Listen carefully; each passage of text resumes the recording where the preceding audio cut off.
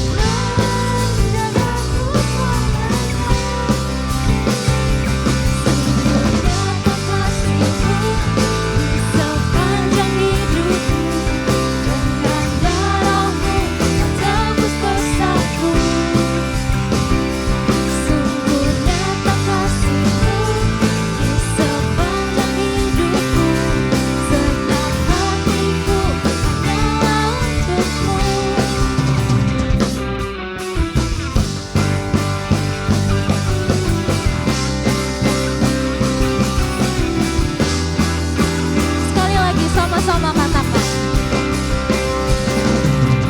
Walau badai menghadang,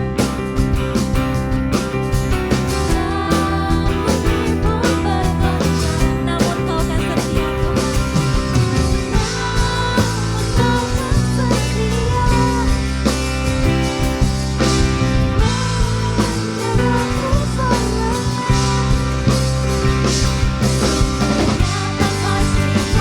menyerahku sepanjang hidupku, dengan darah-Mu tebus dosaku. Nyata kasih-Mu di sepanjang hidupku, senang hatiku hanyalah untuk-Mu. Nyata kasih-Mu di sepanjang hidupku, dengan darah-Mu tebus dosaku. Sungguh nyata kasih-Mu di sepanjang hidupku, senang hatiku hanyalah untuk-Mu.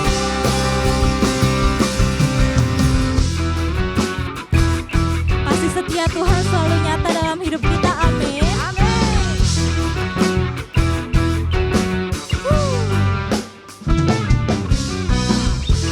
Tuhan telah menebus hidup kita, menebus dosa kita dengan darah-Nya.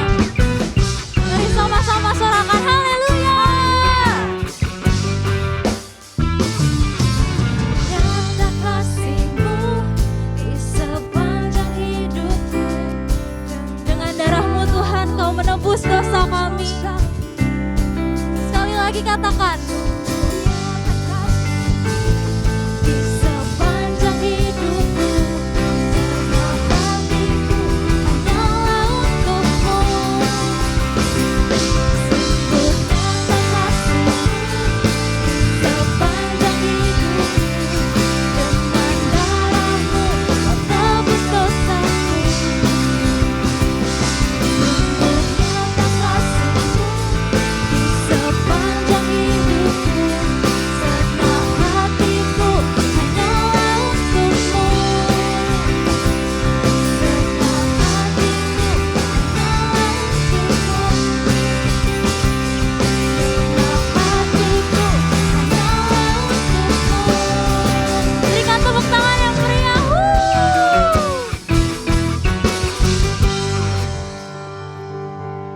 Terima kasih Tuhan Yesus. Sungguh kasih setia-Mu nyata bagi setiap kami Tuhan. Pada hari ini kami mau nyatakan bahwa Engkau adalah Allah kami yang setia.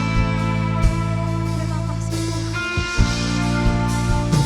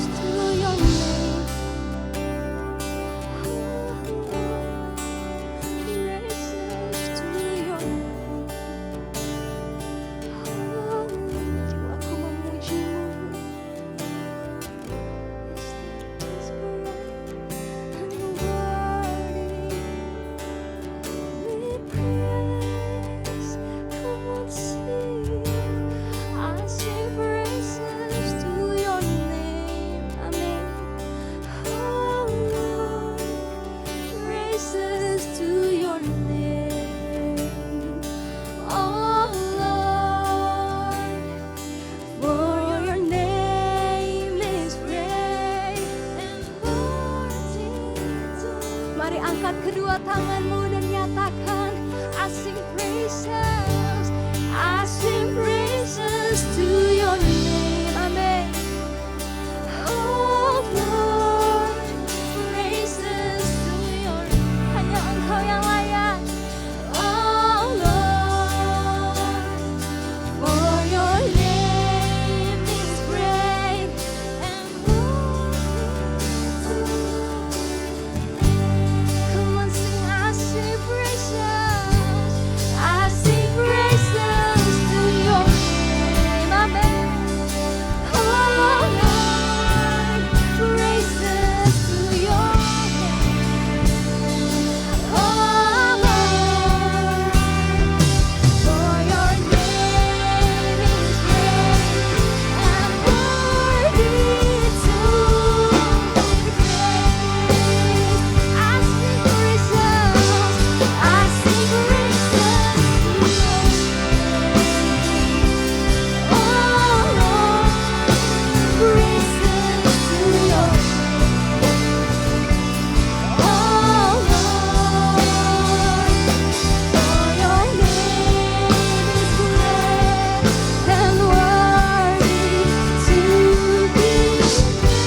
I sing praises to you. I sing praises to your name. Oh Lord, praises to your name. Oh Lord, for your name is great and worthy to be praised. For your name is great. For your name is great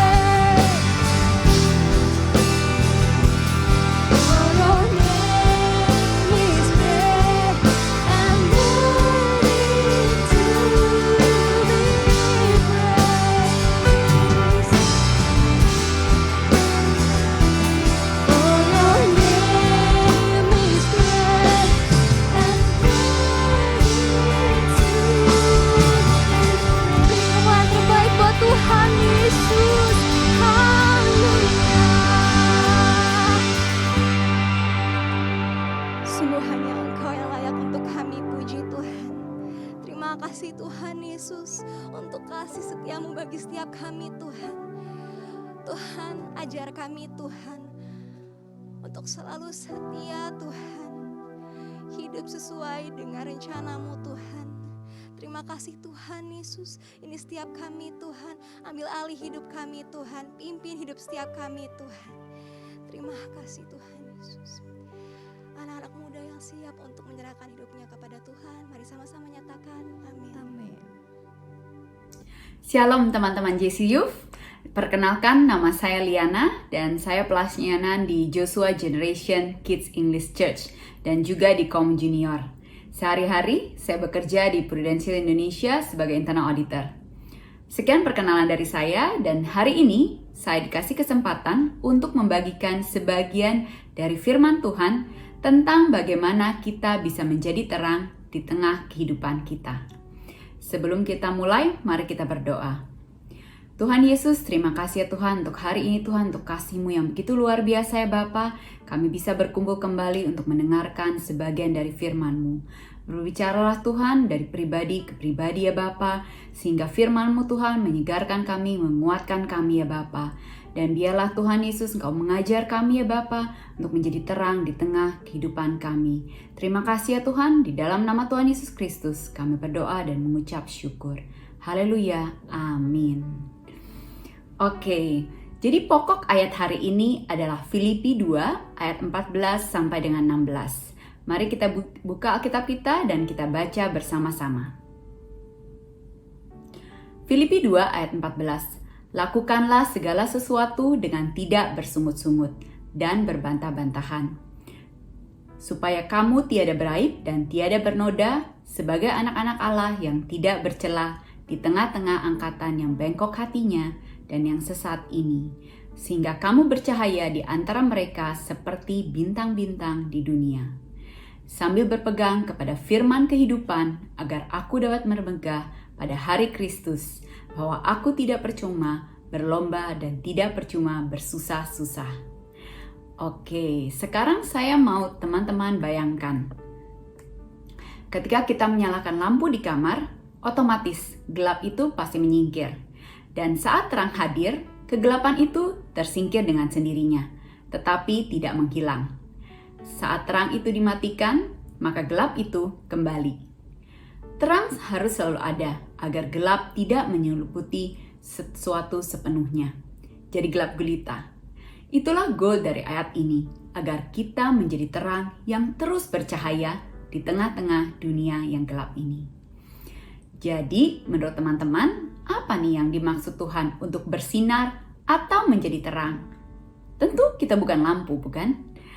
Bersinar yang dimaksud adalah yang pertama, memiliki counter culture atau budaya yang berbeda dari dunia. Roma 13 ayat 12 mengatakan, sebab itu, marilah kita menanggalkan perbuatan-perbuatan kegelapan dan mengenakan perlengkapan senjata terang. Apa yang dimaksud di sini adalah tidak berkompromi dengan dunia ini dan tetap berpegang teguh dengan nilai-nilai kehidupan seorang Kristen. Contohnya adalah menjaga kekudusan dalam hal berpacaran atau dating. Komunikasikan dengan pasangan batas-batas berpacaran atau dating sejak awal. Sehingga ketika berpacaran, maka akan saling menghormati batas-batas tersebut.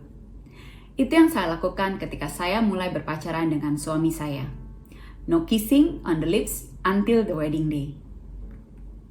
Yang kedua adalah berada di tengah-tengah dunia.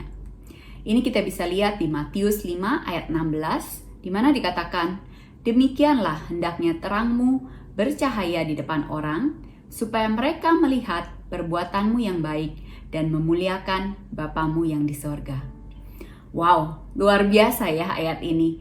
Hendaknya terangmu bercahaya di depan orang, supaya mereka melihat perbuatanmu yang baik dan memuliakan Bapamu yang di sorga. Menurut teman-teman, gampang gak sih untuk menjadi terang? Gak mudah ya teman-teman ya. Berarti ketika kita mau marah, kita harus dapat mengontrol diri, sehingga kata-kata yang menyakitkan orang lain tidak keluar dari mulut kita. Dan pastinya itu nggak mudah. Gitu. Tapi kita tahu kita punya Roh Kudus yang akan memperlengkapi kita dan juga memampukan kita untuk berkata-kata dengan hikmat dan juga penuh kasih. Di poin kedua ini, kita diingatkan kembali untuk menjadi terang. Kita harus berada di tengah-tengah dunia ini. Karena tidak ada konsep terang jika tidak ada kegelapan. Berarti jika kita mau menjadi terang, kita nggak bisa hidup di lingkungan yang eksklusif terus. Kita nggak bisa hanya mau berteman dengan orang-orang tertentu saja. Kita berteman dengan semua orang. Jangan berhenti bersosialisasi dan membangun koneksi dengan orang lain. Mungkin pertanyaan kalian adalah, Kak, bukannya pergaulan yang buruk itu merusak perbuatan yang baik ya? Benar sekali. Makanya kita berteman dengan semua orang, tetapi kita memilih siapa yang berada di dalam inner circle kita atau teman-teman dekat kita. Tuhan pun berjalan di tengah-tengah orang berdosa dan juga orang sakit. Ada pepatah mengatakan, we can be in the world, but we are not of the world. Yang artinya, kita bisa saja berada di dalam dunia ini, tetapi kita bukan bagian dari dunia ini. Saya sendiri sebelum pandemi, saya bergabung dalam beberapa perkumpulan seperti FGBMI, yang artinya ada Full Gospel Businessman Fellowship Indonesia, di mana anggotanya nggak hanya orang Kristen, tetapi dari semua kalangan yang rindu untuk belajar mengenai pengembangan diri untuk berbisnis ataupun berkarir. Poin ketiga adalah kembalikan untuk Tuhan.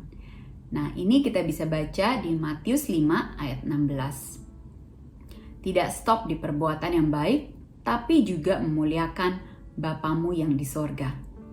Semua prestasi, pencapaian, usaha, berkat, itu harus kita kembalikan kepada Tuhan.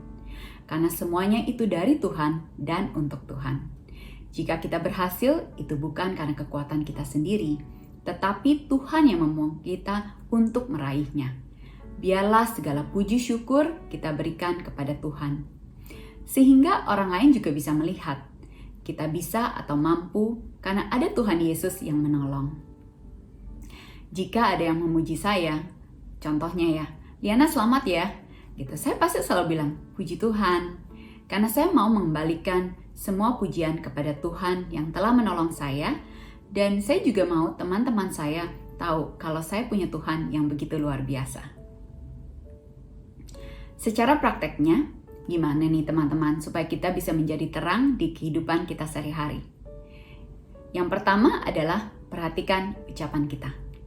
Ini bisa kita baca di Filipi 2 ayat 14. Janganlah ada perkataan kotor keluar dari mulutmu, tetapi pakailah perkataan yang baik untuk membangun, di mana perlu supaya mereka yang mendengarnya beroleh kasih karunia. Perkataan kita itu penuh kuasa, bisa digunakan untuk membangun ataupun menyakiti orang lain. Seringkali luka karena ucapan lebih susah sembuh dibandingkan luka fisik. Lewat ucapan, orang juga bisa menilai diri kita, siapa diri kita. Maka dari itu, penting supaya kita berpikir dahulu sebelum kita berbicara. Kalau kita bingung ngomong apa, lebih baik diam saja. Saya seringkali memilih untuk diam dibandingkan mengeluarkan kata-kata yang akan saya sesali nantinya. Karena ketika kita sedang emosi, kita pasti tuh keluar kata-kata yang mungkin tidak enak didengar. Gitu. Nah, jadi satu lagi ketika kita berkata-kata, kita juga hendaklah selalu berpikir, apakah kata-kata kita ini berguna? Karena seringkali kita mengatakan sesuatu dengan dalih, oh bercanda doang kok, gitu. Gue cuma bercanda. Tapi kita nggak tahu sebenarnya kata-kata yang kita ucapkan itu yang kita anggap bercanda itu membuat orang lain sedih atau enggak. Nah, yang kedua adalah pikirkanlah orang lain. Ini kita bisa baca di Lukas 6 ayat 31. Dan sebagaimana kamu kehendaki supaya orang perbuat kepadamu, berbuatlah juga demikian kepada mereka. Mari kita miliki empati buat orang lain. Empati berarti menaruh diri kita di posisi orang tersebut, sehingga kita akan lebih mengerti situasinya dia. Jangan mudah menghakimi, berasumsi, atau bergosip. Jika kita tidak bisa membantu secara material, ada banyak hal yang kita bisa bantu. Kita bisa berikan motivasi, kita bisa berikan doa, kehadiran, atau waktu kita. Kita juga harus belajar bersabar mendengar curhat orang lain. Termasuk saya sendiri. Saya tipe orang yang kurang sabar mendengar curhat orang lain. Pengennya tuh buru-buru aja dan to the point. Abis itu ya udah saya kasih solusi kan. Nah, padahal seringkali orang curhat ke kita itu bukan untuk menerima solusi atau mencari solusi, tapi hanya untuk didengarkan saja. Gitu. Jadi makanya penting sekali untuk kita bersabar ketika orang curhat kepada kita. Yang ketiga adalah bijaksana dalam bersosmed atau mencari hiburan. Banyak orang Kristen menjadi batu sandungan di sosmed karena memposting sesuatu yang mungkin dianggap kurang bijaksana. Atau apa yang kita follow juga bisa membentuk kepribadian kita. Pilihlah tempat-tempat hangout yang baik dengan komunitas yang sehat. Jika ingin pergi atau melakukan sesuatu, ingat bahwa Tuhan itu juga hadir. Jika Tuhan ada di tempat itu, apakah Ia akan setuju dengan apa yang kita lakukan? Mungkin kita bisa selalu berpikir seperti itu. Saya sampai pada akhir sharing saya hari ini. Dan sebagai rangkumannya, apa yang dimaksud Tuhan untuk bersinar atau menjadi terang? Itu ada 3 poin. Yang pertama adalah memiliki counter culture atau budaya yang berbeda dari dunia. Tidak berkompromi dengan dunia ini, dan tetap berpegang teguh dengan nilai-nilai kehidupan orang Kristen. Yang kedua, berada di tengah-tengah dunia. Kita berteman dengan semua orang, tetapi kita memilih siapa yang berada di dalam inner circle kita, yaitu teman-teman dekat kita. Yang ketiga, kembalikan untuk Tuhan. Karena semuanya itu dari Tuhan dan untuk Tuhan. Secara prakteknya, gimana nih teman-teman supaya kita bisa menjadi terang di kehidupan kita sehari-hari? Kita sudah belajar ada 3 poin juga. Yang pertama adalah perhatikan ucapan kita. Biarlah perkataan kita membangun dan bukan menyakiti orang lain. Pikirkanlah, yang kedua, pikirkanlah orang lain. Miliki empati buat orang lain. Yang ketiga, bijaksana dalam bersosmed dan mencari hiburan. Pilihlah tempat-tempat hangout yang baik dengan komunitas yang sehat. Semua orang bisa menjadi terang di lingkungannya masing-masing. Menjadi terang tidak perlu di komunitas yang besar, tetapi terang yang kecil saja di tengah kegelapan itu sudah membuat suatu perbedaan. Hal terbesar yang menghalangi kita menjadi terang adalah dosa kita. Karena dosa, kita jadi merasa tidak layak, atau we think that we are not good enough, or maybe we think we are not the right person. It's not me, maybe it's somebody else. Padahal Tuhan yang telah memilih kita dari semula. Seberapa beningnya sebuah permata, jika dia ditimbun oleh tanah, maka tetap tidak akan bercahaya. Mari bereskan dosa-dosa kita dan juga kehidupan kita, agar kita bisa kembali menjadi terang bagi keluarga dan teman-teman kita. Amin teman-teman. Oke, sekarang sebelum kita tutup, mari kita berdoa. Tuhan Yesus, terima kasih ya Tuhan atas kasih-Mu dalam kehidupan kami ya Bapa. Kami bersyukur untuk hari ini Tuhan, untuk firman-Mu ya Bapa yang mengingatkan kami kembali ya Tuhan, untuk menjadi terang bagi orang-orang di sekitar kami, bagi keluarga kami, bagi teman-teman kami ya Bapa. Biarlah Tuhan setiap perkataan kami, setiap perbuatan kami Tuhan mencerminkan bahwa Engkau ada di dalam kehidupan kami ya Bapa. Dan biarlah Tuhan hidup kami menjadi berkat bagi banyak orang. Dan Tuhan Yesus, kami juga mau berdoa ya Tuhan untuk speak blessings ya Bapa bagi keluarga kami, bagi teman-teman kami Tuhan. Kau yang menjaga, memelihara, melindungi mereka Tuhan, memberikan kesehatan Tuhan, memberkati setiap pekerjaan, setiap sekolah mereka juga ya Bapa. Dan Tuhan Yesus, kami juga Tuhan mau speak blessing ya Tuhan bagi gereja ini, bagi Indonesia ya Bapa. Terima kasih ya Tuhan Yesus, di dalam nama Tuhan Yesus Kristus kami berdoa dan mengucap syukur. Haleluya. Amin. Teman-teman yang dikasih Tuhan, mari kita angkat kedua tangan kita. Terimalah berkat yang berlimpah-limpah dari Bapa Surgawi dan kasih karunia daripada Tuhan kita Yesus Kristus dan persekutuan yang manis dengan Roh Kudus sampai nanti Tuhan Yesus akan datang menjemput kita semua di awan-awan yang permai. Semua yang percaya sama-sama kita katakan amin.